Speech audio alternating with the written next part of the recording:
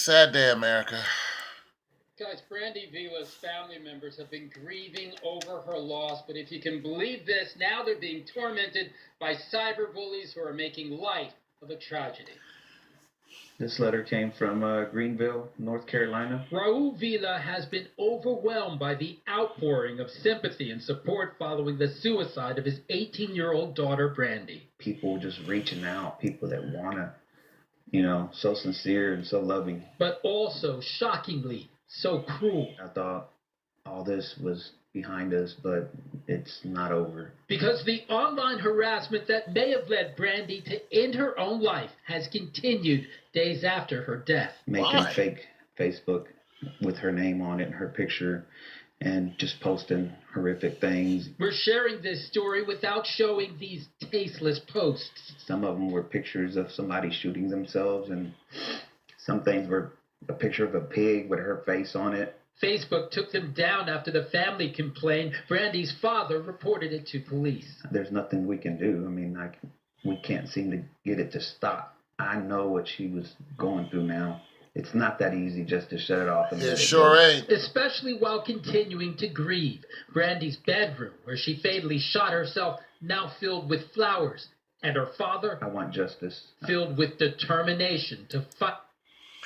All right, so another reaction video to Brandi Vela, a teen who shot herself in front of her family, pretty much,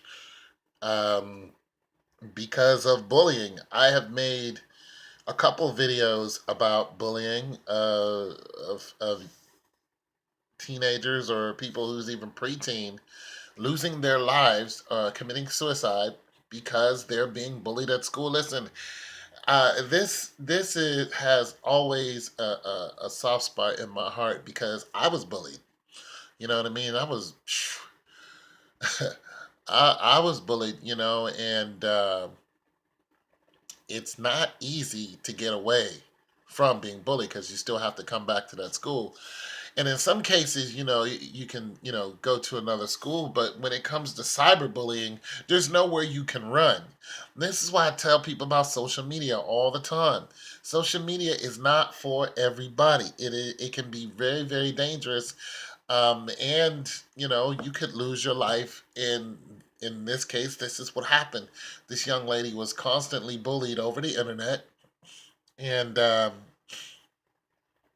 eventually it just got to her.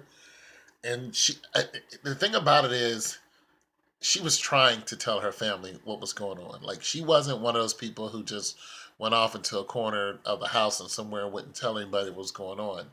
Her father knew what was happening to her, but he didn't know to the extent that it was happening. You know what I mean? And a lot of times when our kids are telling us something, we just blow it off like, it's nothing, or, and I'm not saying that's what he did. I'm saying that this is common for parents to do. They're just being kids, and until something tragic happens, and then you're just like, wow, why didn't I see this? It's a good chance they were telling you the whole time what was going on. But her father knew, but he just didn't know to this extent. And this is why he was saying, I had no idea that it was this bad. Meaning I was aware, but I just didn't know how bad it was.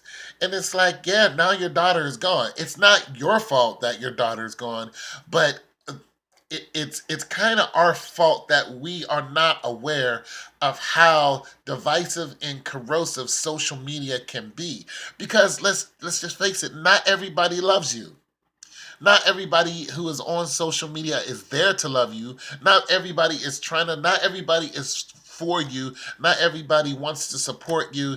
No, it is not like that. There are some real mean vultures out there, and they will get to you any kind of way that they can. And social media is just one of those places.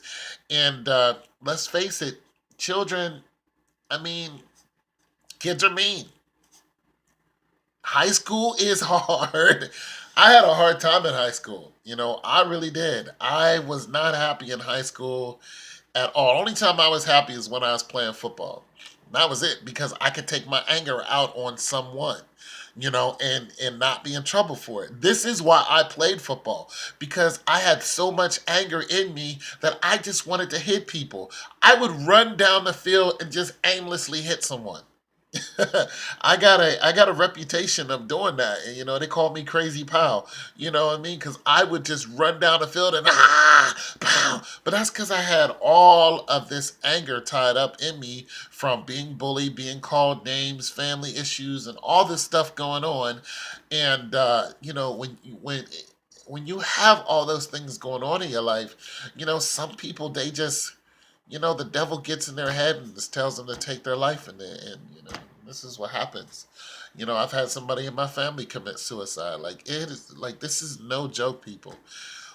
Get your kids off of social media if you even have an inkling that there's an issue, because you can't watch your child 24/7. You can't. Your child has to go to school. Your child has friends, especially if they're teenagers. They're going to go hang out, come back 10, 11 o'clock at night. You don't know where they've been.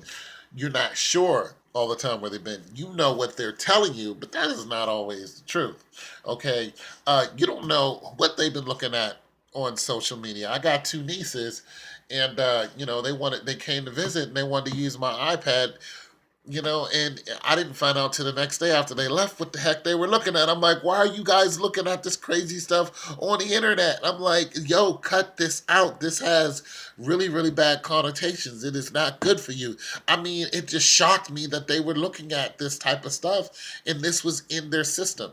So I'm just telling you, protect your children from social media. It is divisive. It can kill if you don't know. You don't want to find out the hard way. You don't want one of your children to take their life. You don't want them to get bullied. If somebody's getting bullied, go to the police immediately.